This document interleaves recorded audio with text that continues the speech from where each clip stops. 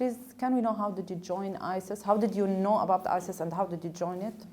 To be honest, when I came to Syria, I didn't know much about the groups, but I did know about the war through media outlets such as YouTube, reading the newspaper and things like that.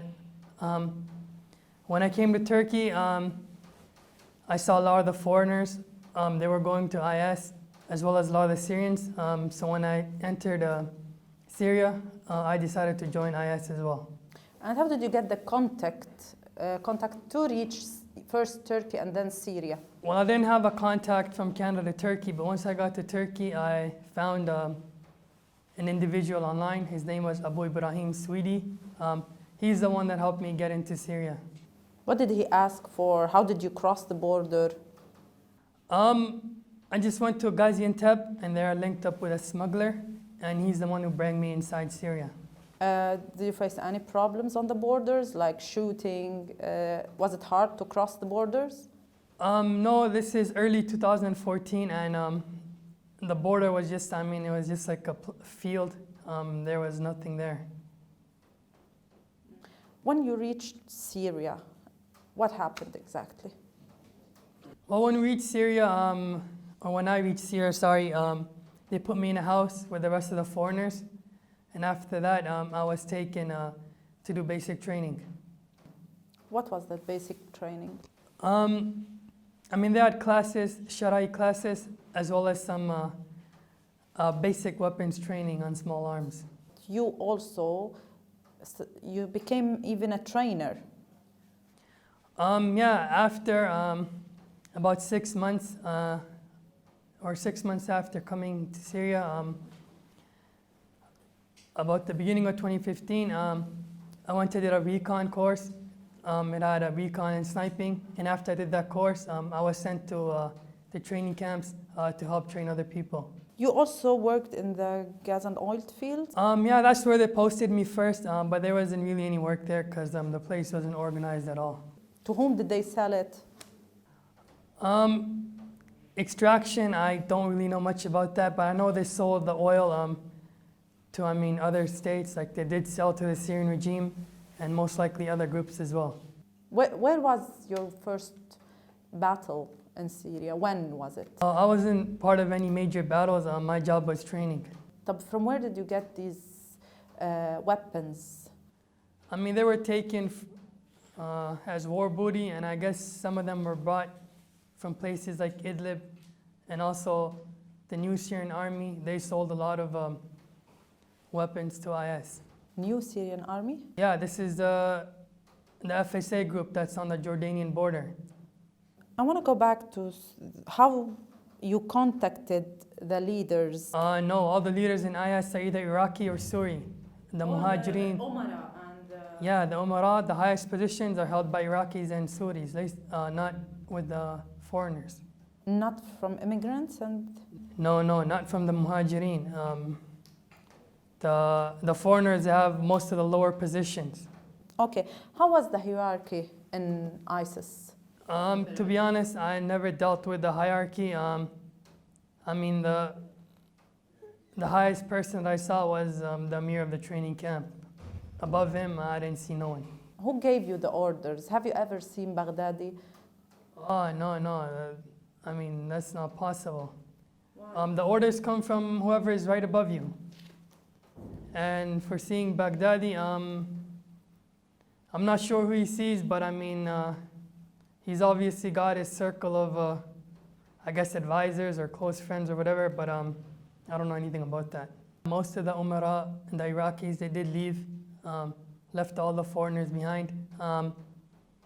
Where they went, I have, no idea for sure, but I've heard rumors like Idlib. Maybe they went to the desert in Anbar. I really don't know, exactly where they are. Yeah, I was captured. I did not surrender. Where? Close to Ras Al Ain. Close to Ras Al Ain. Where is that exactly? That's close to the Turkish border. I was planning to go to Turkey and go to the Canadian embassy and ask them for help in getting back home. You were escaping. Okay. Yeah. ISIS captured had some prisoners. I think most likely the prisoners are dead, but I don't know for sure. Why you The only think thing they I are- heard was that a lot of these prisoners that IS had, they were brought from the FSA. But I mean, what happened to them, I really don't know. They were brought from Bought, bought. yes, How? with money. Their ideology was definitely extreme. A lot of people were oppressed under their rule.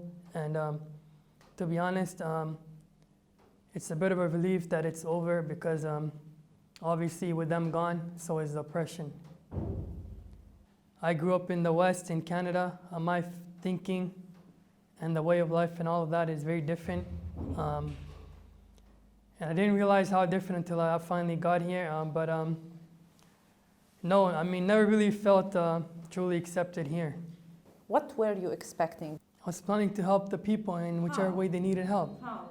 I mean, work, maybe in the hospital, in schools, or if they needed, I mean, like I said, they were being attacked by the regime, so they needed someone to fight in defense for them. But why you didn't fight on defense when you were there? You said you didn't fight on defense. Then why? Because they sent me to the training camps. In IS, you have no choice. Where they send you, you have to go. If you don't go, they put you in jail. And once you go to jail, it's very hard to come out.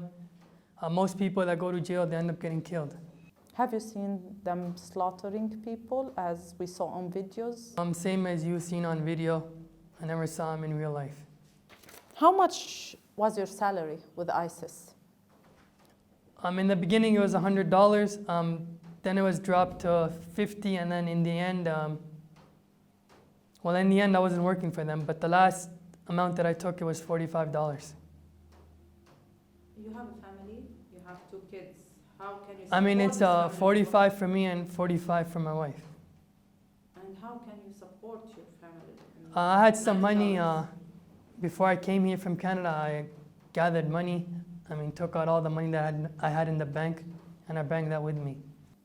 Now you are talking in English. We will post your video on our English website. This means millions, and even your government will watch this video. What do you want to say? Yeah, of course, I regret coming here. It was a big mistake. If I had known this is how it would turn out, I wouldn't have come here. They said they were going to make an Islamic state, but it was not Islamic. They oppressed a lot of people. The Syrian people that we came to help here, they refused to help us in return. We were never accepted. The Iraqis and the Syrian, they always enjoyed a better position than the foreigners. There's a list of things you can go on and on. But like I said, what's done is done. I would like to go home now. I'm very tired. I'm sick, exhausted. I'm sitting here in illegal limbo, and there's no one that can help me except my government. So, I hope they do help me in the end. Because like I said, I don't know how much longer I can stay here. Well, if you saw all of these things, why you didn't try to escape before? You were there in 2015 or 14? Yeah, 2014. You stayed 4 years to decide. Why? First of all, like I said, they took my passport. They refused to give it back to me. Second of all, if you try to leave, they'll arrest you, put you in jail, and they'll kill you. Foreigners are not allowed to leave. If you're a Syrian or an Iraqi, you can come in and out as you please. Go in and out, it's not a problem. But for Syrians, it's not, for the foreigners, it's not easy to leave. Any foreigner that tries to leave, he gets killed. If you had these ideas, how did you get married and have children? Listen, this is in the early days in 2014. And at this time, like I said before, all the foreigners and even the Syrians, they were running to the Islamic State. At that time, they hadn't evolved into doing the things which they would do later on. Does that make sense? This is still in the early days. The Islamic State was just a group. It wasn't even called the Islamic State.